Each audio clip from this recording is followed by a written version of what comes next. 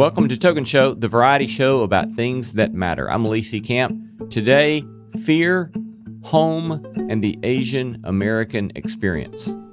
The government had these prison centers up and down the West Coast, and even President Roosevelt referred to these camps as concentration camps. That's Dr. Fred Korematsu, founder and executive director of the Fred Korematsu Institute, named after her father. He was a civil rights activist who was imprisoned along with other Japanese Americans in the United States following the attack on Pearl Harbor. We'll also hear from Eugene Cho, CEO of Bread for the World, describing his own experience as a Korean-born American citizen. I don't know of a single Asian person in my life who's not heard the phrase, "Go back home." Also, a live musical performance from our friend Buddy Greene, coming right up.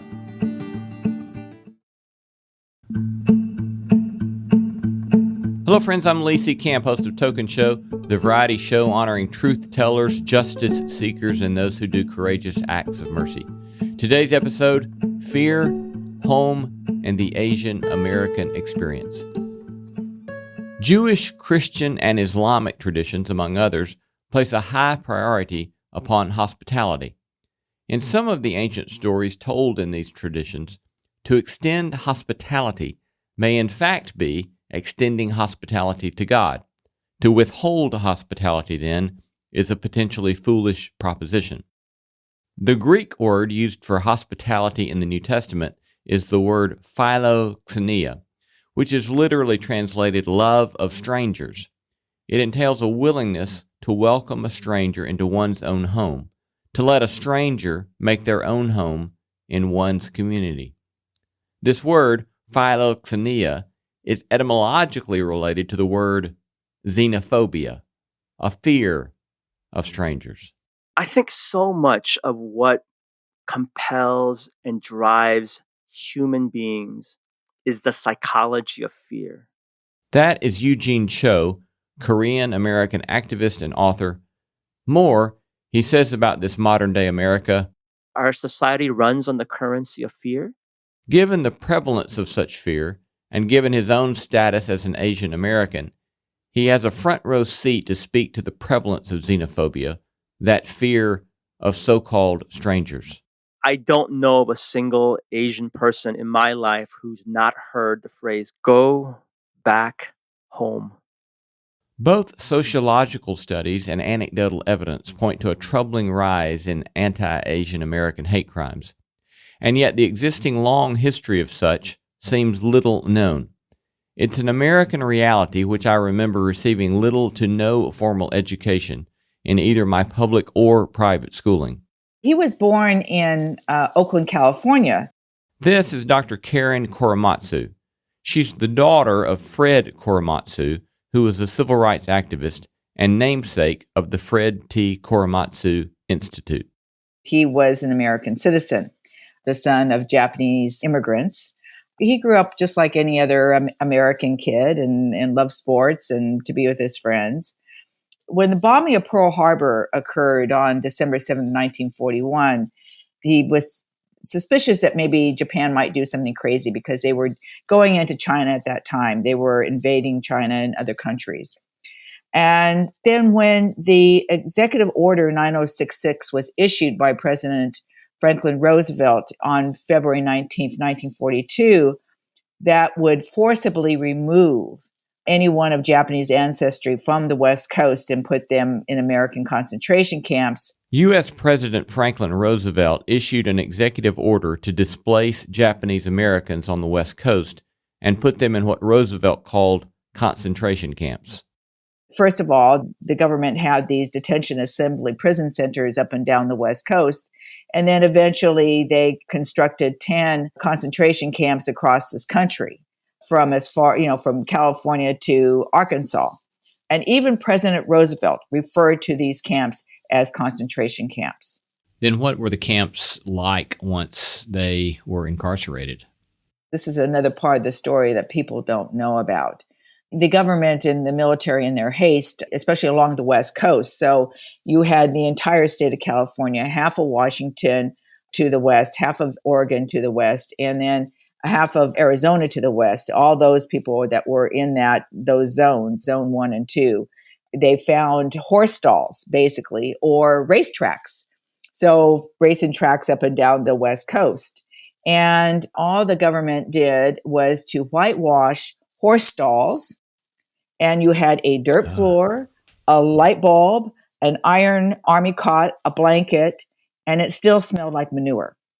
There was dysentery in these detention prison centers, and they had to live like that for at least 4 months. And then they were shipped off by train to one of the concentration camps across this country. And they were just barracks. They were wood barracks with tar paper, no insulation. There was no central heating. Sometimes it would my family went to Topaz, Utah. It would be, hotter than Hades in the summertime and freezing cold in the wintertime. Some people died just because of the conditions. You might have a pot-belly stove. And, you might have 6 families in one barrack. And the way they define those areas by a rope across the width with a blanket. And people had to live like that for 3 or 4 years. It totally disrupted families, but they had to learn how to create their own little communities, create their own education, build hospitals, try to carry on with their lives. And, they even had baseball in the camps. I mean, you couldn't take a baseball bat with you, mind you, because that was considered to be a weapon, for goodness sakes. So then they had to have friends send in kind of, these sports equipment or even educational materials or musical instruments. At 23 years old, Karen's father, Fred Korematsu, received the nationwide executive order to go to one of these camps. Everyone had been sent off to report to, one of the detention assembly centers up and down the West Coast. And this was all done without due process of law. There was no access to an attorney, any charges, or any day in court. And my father learned about the Constitution in high school, so he thought, why should he have to go to a prison camp when he had done nothing wrong? And even though this was an official executive order by the president, he just wanted to live his life as an American citizen, so he refused to report. 2/3 of 120,000 people of Japanese ancestry were American citizens. Think about that. And 1/3 were children under the age of 18 years old. I mean, from the time of Pearl Harbor, everyone was scared. When they were ordered to report to these detention prison camps, they could only take with them what they could carry in 2 hands, period. And you didn't know where you were going, how long you were going to be away, what the weather conditions were going to be like. And people lost their property, they lost their homes, they lost their businesses. It really was an injustice against American citizens. And all along, my father just didn't want to leave his home.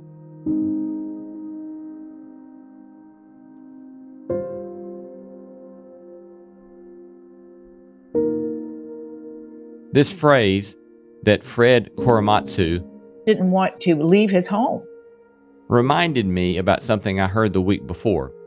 The activist, pastor, and author Eugene Cho told me this. The phrase that I heard ever since I was an immigrant, often probably said out of ignorance or meanness. But the sad thing is, this question that I'm about to say never subsided. It actually only intensified. This question has been posed to us again and again and again. And the statement goes like this: go back home. I don't know of a single Asian person in my life who's not heard the phrase, go back home. This phrase, this fear of the other, echoes the sentiment that radically took hold in the U.S. following the attack on Pearl Harbor. That sentiment directly affected Dr. Korematsu's father, who, like so many Asian Americans, was not afforded his most basic individual human rights by the government or many of his fellow citizens. Famous columnist Westbrook Pegler in the Los Angeles Times said, "The Japanese in California should be under armed guard to the last man and woman right now, and to hell with habeas corpus until the danger is over." What do you do with that sort of blunt lack of consideration for the humanity of other people? The first reaction is, Prejudice is ignorance. And the only way that we can fight that, and our most powerful weapon, is education. So this is the history of our systemic racism in this country. It kind of goes on and on and on. The faces may change, but the outright racism is still there. And it's a lack of education about our different cultures. We're all Americans. And even this country was built on the backs of immigrants, for goodness sakes, like my grandparents. So, all of a sudden it's like immigration has become a dirty word, and we treat people with this outright racism and disrespect because we don't understand their cultures and the struggles that they've all had. Agnes Cunningham, nicknamed Sis, was an educator, musician, and songwriter. She often performed the protest and folk music of the 20th century and was a colleague of the legendary Pete Seeger. Such music was always particularly attentive to the struggles of the poor, the migrant, and the marginalized. Here's our friend Buddy Greene on one of our live shows singing Sis Cunningham's song, How Can You Keep On Moving? How can you keep on moving unless you migrate too? They tell you to keep moving, but migrate you must not do. Well, the only reason for moving, the reason why I roam, is to move to a new location and find myself a home. I can't go back to the homestead, the shack no longer stands. They said I wasn't needed, had no claim to the land. They said, come on, get moving, it's the only thing for you. But how can you get moving unless you migrate too? How can you keep on moving unless you migrate too? They tell you to keep moving, but migrate you must not do.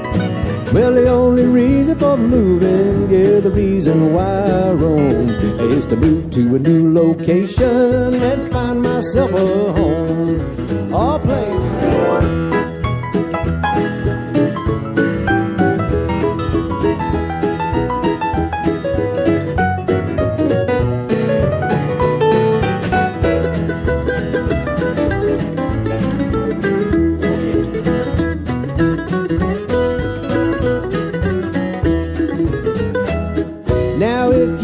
Your little tent along the broad highway, the board of sanitation says sorry, you can't stay. Come on, get moving, it's their everlasting cry. I can't stay, can't go back, can't migrate, so where the hell am I? How can you keep on moving when migrate you must not do? They tell you to keep moving, but migrate you must not do.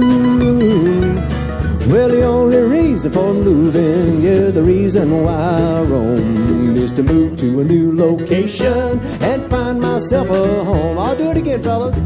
How can you keep on moving unless you migrate too? They tell you to keep moving, but migrate you must not do. Well, the only reason for moving, the reason why I roam, is to move to a new location and find myself a home. Is to move to a new location and find myself a home.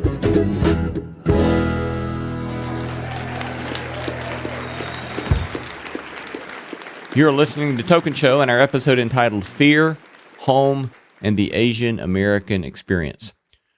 Remember, you can always find out more about Token Show at tokensshow.com. We'd be delighted for you to join us for one of our live events, and you can find out more about upcoming shows at tokensshow.com. You can get our podcast on Apple, Spotify, Stitcher, or wherever you get your favorite podcasts. More with Fred Korematsu and Eugene Cho coming right up. Welcome back to Token Show and our episode entitled Fear, Home, and the Asian American Experience. I don't know of a single Asian person in my life who's not heard the phrase go back home. Again, that's Eugene Cho, a Korean American immigrant, as well as pastor, activist, author, and now CEO of Bread for the World, a nonprofit seeking to end global hunger in our generation. I was born in Seoul, South Korea, immigrated when I was 6 years old. I'm the youngest of three sons. My parents robbed me of the privilege of potentially becoming a K-pop star. That is not possible anymore. They weren't able to go to school. They experienced extreme hunger and poverty, having so much hunger pangs that memories of having to pull out grass from the ground and to consume it. And so, it's an example of one of those immigrant stories where they were seeking a better opportunity for their children, a chance for their three sons to go to college, to become educated, and to have a better life for themselves. So you come with your parents, age 6. What are some of your memories as a young boy of being an immigrant to the United States? There's many, even though simultaneously, I think I've also repressed some of them because you experience hardship and challenges being seen as an other. But some of my most vivid memories, number one, is getting on the airplane for the very first time in Seoul, Korea to San Francisco. I had never obviously been on an airplane, getting in on one. That in itself was the most terrifying experience. The second most vivid example is getting off the airplane and seeing for the very first time white people. And then 1 week later, to be on the public bus system in San Francisco called the Muni bus system, and to be a student in the first grade, that was traumatic. I became incredibly reclusive because I was so afraid to raise my hands during class. I remember my parents receiving a report card with the words, Eugene has very deep, intense social issues, including the inability to go to the restroom. It was the fear of raising my hand as a first grader in a room of 25 other people, not knowing how to speak English. And so, on the one or two occasions a week when I could not hold my bladder, I would pee in my pants. And, first graders, kids, teenagers can also be very ruthless and blunt. And so, I had a very bad reputation as being a peeing Eugene. So, it was hard. And eventually these things led to me wondering, who am I? Where do I belong? Where is my home? And the phrase that I heard ever since I was an immigrant, go back home. Gosh, I'm 50 years old now, so about 44 years hearing that comment or question, where are you from? Or go back home.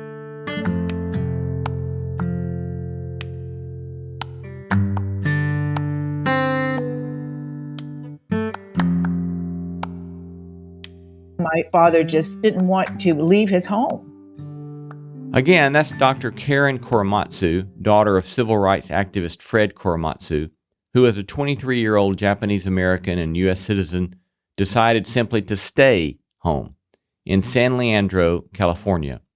And by doing so, he was refusing to obey President Franklin Delano Roosevelt's executive order, which would have meant relocating to an American concentration camp for Japanese Americans following the attack upon Pearl Harbor. He was subsequently arrested, tried, and convicted of violating the executive order, sentenced to 5 years probation, and then sent to one of the assembly camps in San Bruno, California.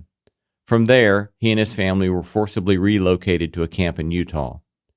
Meanwhile, the Ninth Circuit affirmed the conviction. He had one last appeal. My father fought his case all the way to the Supreme Court. But on December 18th, 1944, the U.S. Supreme Court also upheld the conviction by a 6-3 vote.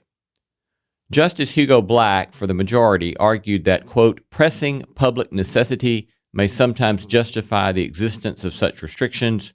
Racial antagonism never can, end quote.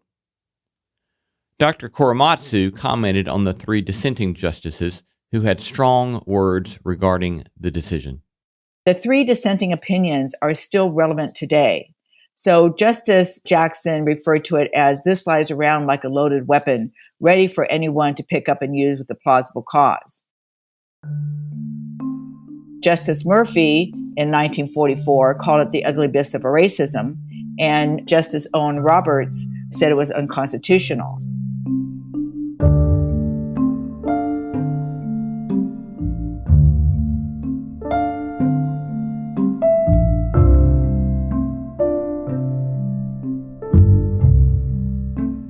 Now, you can take this in two different roads, right? You can take the road that makes you angry and aggressive and a chip on your shoulder, or you can go down the road where you want to make some positive change and to do the right thing. My father had moral principles. He was quiet, he was introverted, but he was a person of his conviction. And he never had a swear word in his life. I mean, I never heard him swear at all, which I know is very unusual. People kind of don't believe me, but he was like that. My mother was like that too. But it was that generation. He never blamed anyone. He wasn't angry. In fact, he said, protest, but not with violence. Otherwise, they won't listen to you. But don't be afraid to speak up. And that's the way that he lived his life. He treated everyone like he wanted to be treated. And it's that quiet conviction. That quiet conviction sustained him for decades. But in 1983, his court case reopened. The original court argument was that there was a military necessity for detaining Japanese Americans, but turns out there wasn't. It took almost 40 years to find the evidence in Washington, D.C., the smoking gun that proved there was no military necessity for the Japanese Americans to be incarcerated. Number one, there was never any evidence of any spying or espionage up and down the West Coast. Number two, Professor Peter Irons and researcher Aiko Yoshinaga found this smoking gun. And at the time of my father's Supreme Court hearing in 1944, the Department of Justice had lied to the Supreme Court, had withheld evidence, and altered evidence. And since my father had served his sentence, and there was two other Supreme Court cases, Hirabayashi and Yasui, that had to do with disobeying the curfew, that they were able to reopen up the Supreme Court cases because of this information that was not given at the time. I mean, who knows what the Supreme Court would have decided had they had all this information. And there was even reports that were kept from the Supreme Court. The Naval Ringel report said there was never any spying or espionage. J. Edgar Hoover, of all people, even said that. He said there's no reason for the Japanese Americans to be incarcerated. So that type of evidence was withheld from the Supreme Court. It was absolutely a miscarriage of justice. At one point, Fred Korematsu was offered a pardon. His wife, Karen's mother, replied that actually it was Fred who should really pardon the government. This is my mother, the outspoken woman from Greenville, South Carolina. A Southern girl. Yeah, a Southern girl. Yeah, we like that. We like that Southern girl. Yeah, absolutely. So the district court overturned Fred Korematsu's conviction. The legal precedent of Korematsu, set by the Supreme Court in 1944, however, has not been explicitly overturned in a subsequent Supreme Court case. In the 2018 case, Trump versus Hawaii, Chief Justice John Roberts did repudiate the Korematsu ruling, leading Justice Sonia Sotomayor in her dissenting opinion to conclude nonetheless that the court has taken, quote, the important step of finally overruling Korematsu, end quote.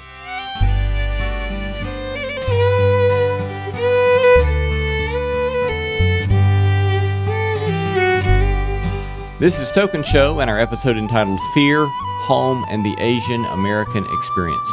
You are currently hearing our most outstanding Horeb Mountain Boys at one of our shows at the Ryman Auditorium, performing a beautiful traditional folk song entitled My Own Home.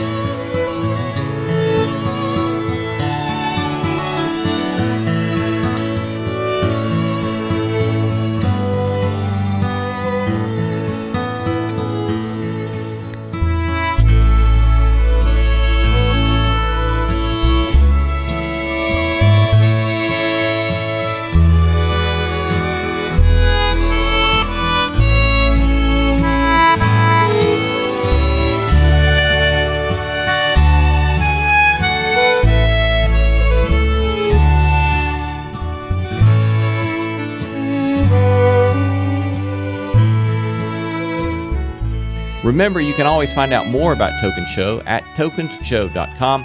We'd be delighted for you to join us for one of our live events, and you can find out about upcoming shows again at tokensshow.com. You can get our podcast on Apple, Spotify, Stitcher, or wherever you get your favorite podcasts. More coming right up from Eugene Cho.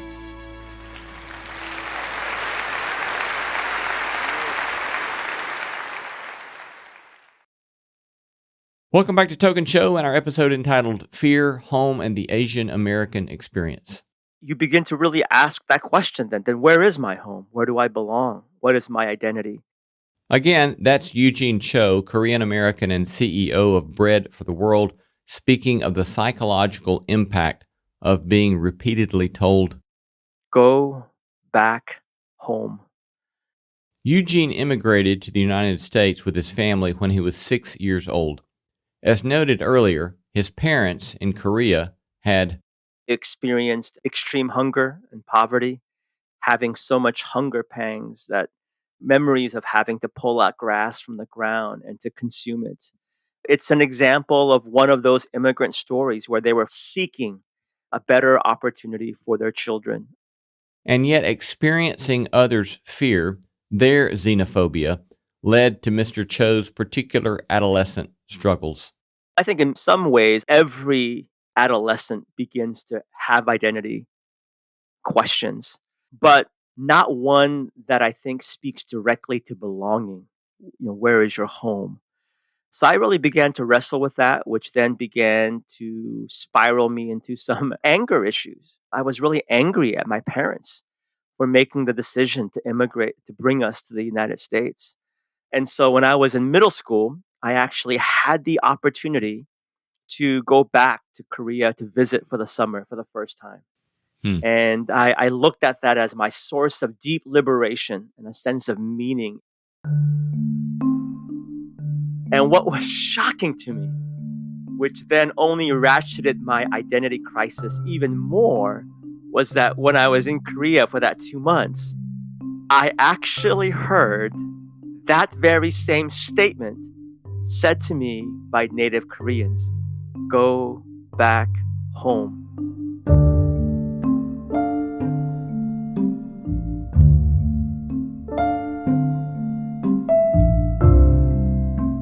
He recounts then what becomes a triple challenge to his sense of identity and lack of being at home.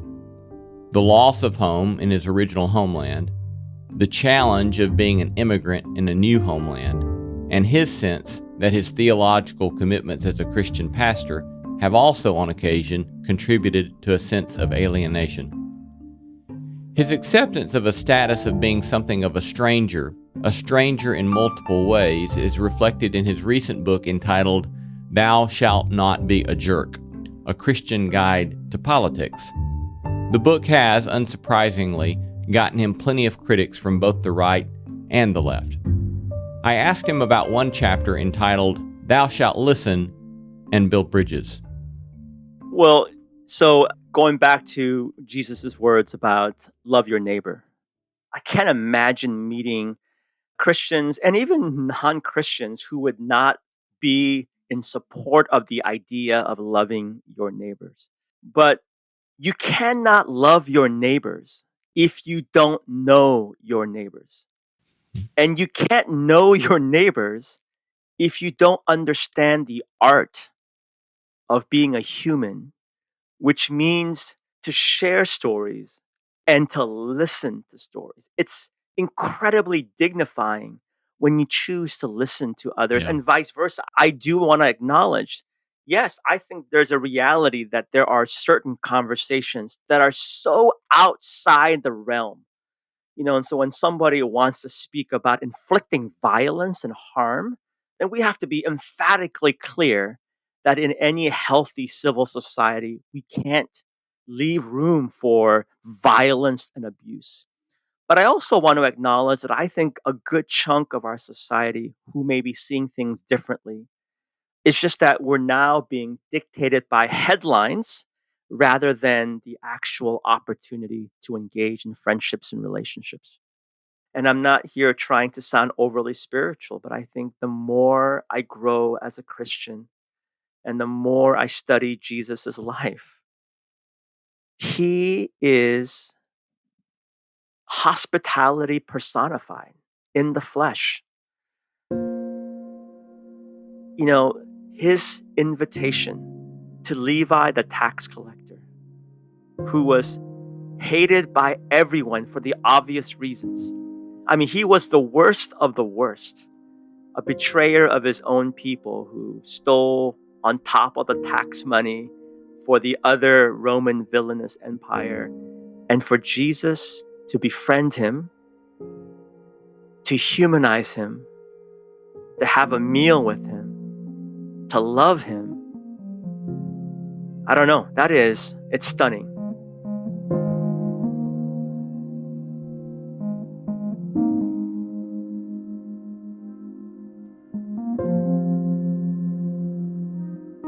So, in this time in which we are continuing to see such polarization, I would invite you to one or both avenues of response. What are things that give you hope? Or second, what are daily practices, habits, wisdom that you hold on to as crucial for you in living a good life as a human being in a time like this? Yeah. Well, thank you for asking that question. Like you, I'm fully aware, even with our limited understanding and scope, of the brokenness of our world.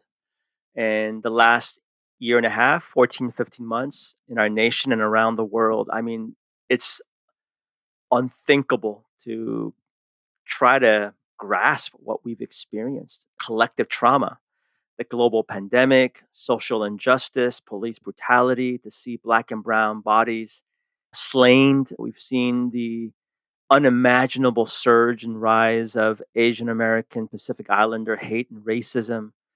I've had conversations that are just really painful. So it's not just news, it's very personal. About 6 weeks ago, I had a really bad fight with my father. And I'll get to your question, but I want your listeners to know how deeply painful the surge of AAPI hate and racism has been. If you are unfamiliar with the acronym AAPI, it stands for Asian American and Pacific Islander. And it's been, again, very dear, very close. I don't know of a single Asian person in my life who's not heard the phrase "go back home" or to be labeled and to shouted slurs over the past year. There has been churches in Seattle that have been vandalized with some of the most violent rhetoric. I just had a friend who's a pastor of a church in New Jersey. During their Good Friday services, they got hacked in by folks that began to scream the most vile comments, bomb them with pornography. And this was a family Good Friday service. Wow. So yeah, I just want people to know that beyond these headlines, this is happening all around us. But 6 weeks ago, I'm having a conversation with my dad. It escalates into a pretty difficult fight. Now, I'm not afraid of my father anymore. He's 85. I can take him in a wrestling match if I need to. I just want him to know that in the case that he hears this conversation. But the reason why we're having this fight is because out of the blue, he is insisting on buying a gun. 85 years old, insisting on buying a gun. And of course, I'm asking, what's going on? Why are you wanting to buy a gun? And there's something that just hurts when you hear your 85-year-old father who literally shakes as he walks because of his age, how afraid he is. And he feels the need to protect himself and his wife, my mom. It just hurts so much to hear that. And, I don't share this too often. This year, yeah, it's just really weird. This past year was the first time since being a young boy post-immigration where after you hear the phrase "go back home," my wife and I, for the first time this year, actually had a conversation. is it time to leave? Hmm. Which is ridiculous because this is my home. I grew up here. I love this country. I love Seattle. We're moving to DC. I've got a job that is hard, but it's making a difference in the world. But I think it's just, if anything, I'm not trying to overly dramatize. I'm trying to give people this sense that this is what a lot of AAPI folks are struggling with, which then I think makes your question that much more poignant. Like, what gives you a sense of hope during this time? And the reason why I wanted to first highlight some of these challenges is I don't believe in false hope. I don't believe in giddy hope. I think that's dangerous. I think it's actually harmful. It Yeah. doesn't lead us to lament. And we need lament in order to experience hope. Jürgen Moltmann, who wrote a seminal book on hope, The Theology of Hope, he once said Mm-hmm. something to the extent, genuine hope is not blind optimism. It has eyes to see the suffering around and yet believes in the future. Hmm. I don't want to be blind to the suffering around me. That's dangerous fatalism. It's not a healthy spirituality. But at the same time, I don't believe that the answer to all things begins and ends on what we see and the circumstances around us. So that gives me a sense of hope and resolve. I will also want to make sure that we leave plenty of room in our hearts and our mind to acknowledge the beauty around us, the joy around us, the hospitality around us, the friendship around us. It may not sell as well because our society runs on the currency of fear, but I refuse to believe that it is dominated by hate because I do not believe that's true. So, on Moltmann's kind of twofold eyes that see, let's first point to that eyes that see just a moment and ask, what might white Americans, what might we not see that you would wish, as a person of Korean birth, we would see? Well, first of all, Korean food is the best. It's the greatest. I'm biased, but I'm just going to go out there and just say it. That's number one. Let me try to take kind of a circuitous approach to this. I think so much of what compels and drives human beings is the psychology of fear in our world. I think so many people are afraid. And so when I speak with my white neighbors, my white friends, my white congregants, I think there is that fear that they might somehow be overlooked, that they're losing something, that they no longer matter.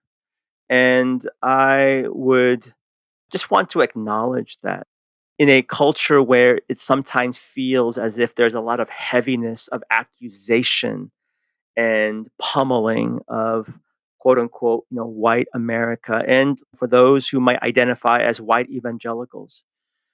My hope is just to acknowledge that there is that psychology that's impacting them as well as so many of us. And that when I or others are speaking about wanting justice and equality, ultimately, it's not just merely for ourselves, but it's really a desire to see human flourishing be about human flourishing. It's really about all of us. This is the reason why I think we can't operate with a mentality of scarcity. We can't operate on a mentality of those who have and those who don't have. We can't operate on a mentality of hate and injustice. So again, I want to just first begin by sharing that. But I would just say, from an Asian American, from a Korean, from an AAPI experience, if there is a handful of things that I would ask people to consider, to see, number one is this: we're not making these things up. This is real, because I still get this question. Whether it's said to me respectfully or disrespectfully, it's something like this: maybe you need thicker skin. Maybe you're imagining things. Maybe you're just imagining all of this violence. But when there's documented, an organization called AAPI Hate, they documented about nearly 4,000 Asian American hate crimes and incidents in the past year. That's the first thing. We're not making these things up. Please don't tell us to get thicker skin. That's just cruel. The second thing that I would say is that Asian American history is American history. It's not something separate. We're part of the larger collective in both its beauty and also its depravity as well. We're part of that. And so when I speak about some of the AAPI hate, we're not just talking about what transpired in this past year as a result of the pandemic, as a result of the rise in anti-Asian rhetoric. We're talking about history like People in Hall in 1854. We're talking about the China Massacre of 1871. We're talking about the Chinese Exclusion Act of 1882. We're talking about the San Francisco plague outbreak. We're talking about the Japanese incarceration during World War II. We're talking about KKK, their engagement with Asian communities, particularly with the Vietnamese in Texas. We're talking about the LA riots. We're talking about 9/11 inspired kind of hatred, particularly against Southeast Asians. It's part of our American history. And so even as we acknowledge good things, we need to have the courage to acknowledge some of those painful things as well. And I guess the last thing that I would just say for the sake of being concise is I would love for people then to say, how do I stand in solidarity? And I think you can't do it without listening. You can't do it without listening. Listen to our stories, listen to our pain, and then listen to our desire to say, what does it look like for us to build a just society that speaks about human flourishing? And during this time, you've got to speak up. You have to speak up. By now, some of us may have seen the video of a security camera that showed a 65-year-old Filipina woman, grandmother, who was walking to church in New York about 3 weeks ago. And she is kicked, pummeled with full force on the streets. And there are 3 security guards inside a building who sees what's going on, and one of them decides to close the door. So this is happening, and we need everyone of every single ethnic group to speak about this, because this sort of anti-Asian racist rhetoric and violence, it's not just happening from one small segment of people. It's being inflicted by black, brown, whites. It's happening all around our larger society and nation, and actually around the world. And so we need people to speak up, that when they hear things that are racist and denigrating, we've got to speak up and say, hey, that's not cool. That's not right. That's not proper. That's not acceptable. And certainly when we see violence inflicted, there needs to be strength in solidarity in numbers.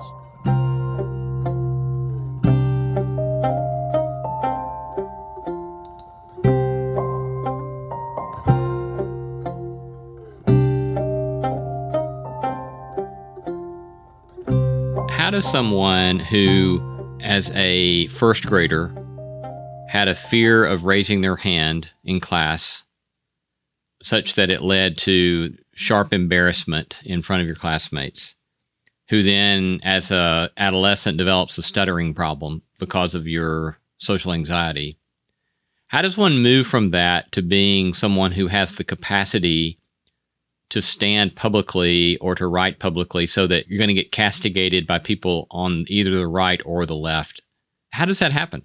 Yeah, it's a great question. It's one that I ponder sometimes, and I don't want to over spiritualize my answer, but this is my most authentic answer. This is my truthful answer, small t truthful answer, by the grace of God.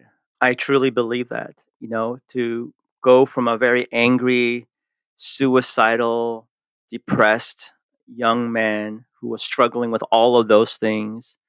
And in high school, and this was as I was wrestling with kind of those more existential questions in my life, during high school, I probably had one of those breakthrough moments of my life as a junior in high school.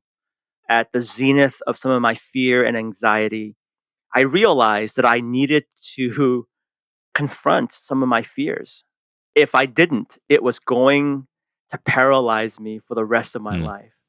And so I identified the act which I considered to be the scariest thing that I could ever do at that moment as a 17-year-old. And that was to audition for a school play. And I did. I auditioned for a school play. It was Midsummer Night's Dream by Bill Shakespeare. And it wasn't the fanciest role or the most robust role. It was a handful of lines at best. But I was cast for the wall. And I remember it very vividly. The emotional wrestling I had to do every single day. But I look back and I'm so proud of that moment. I look at,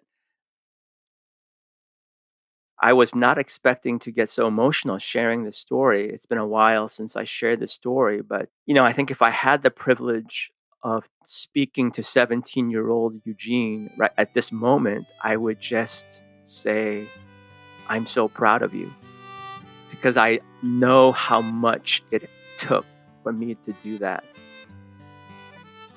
And then, I think again and again, because the phrase of being fearless, I think, is ridiculous. No one's fearless. I think we're all afraid. Courage is when we choose to acknowledge our fear and choose to engage it, even if that means we're trembling in doing it. And so, now as a 50-year-old, every single day I struggle with my fear and insecurity.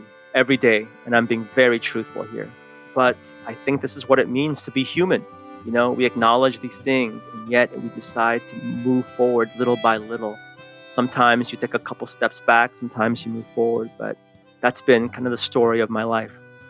Thank you for that. It's very beautiful. Grateful for you sharing those things.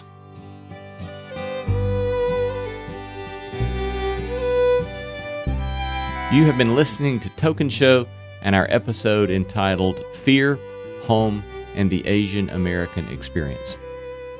Remember, you can always find out more about Token Show at tokenshow.com, and you can get our podcast, including an extended interview with Eugene Cho, on Spotify, Stitcher, or Apple Podcasts, or wherever you get your favorite podcasts. The stellar team producing this show comprises Christy Bragg, Jacob Lewis, Ashley Bain, Leslie Eiler Thompson, Tom Anderson, Carrie Harmon, and Jeff Taylor. Music beds by Zach and Maggie White and Blue Dot Sessions, plus live music from Buddy Greene, Jeff Taylor, Aubrey Haney, Byron House, Chris Brown, and Pete Hutlinger. Special thanks to Jonathan Schaub, J.D., Assistant Professor of Law at the University of Kentucky, for historical and legal review. The Tokens Podcast is a production of Tokens Media, LLC, and Great Feeling Studios.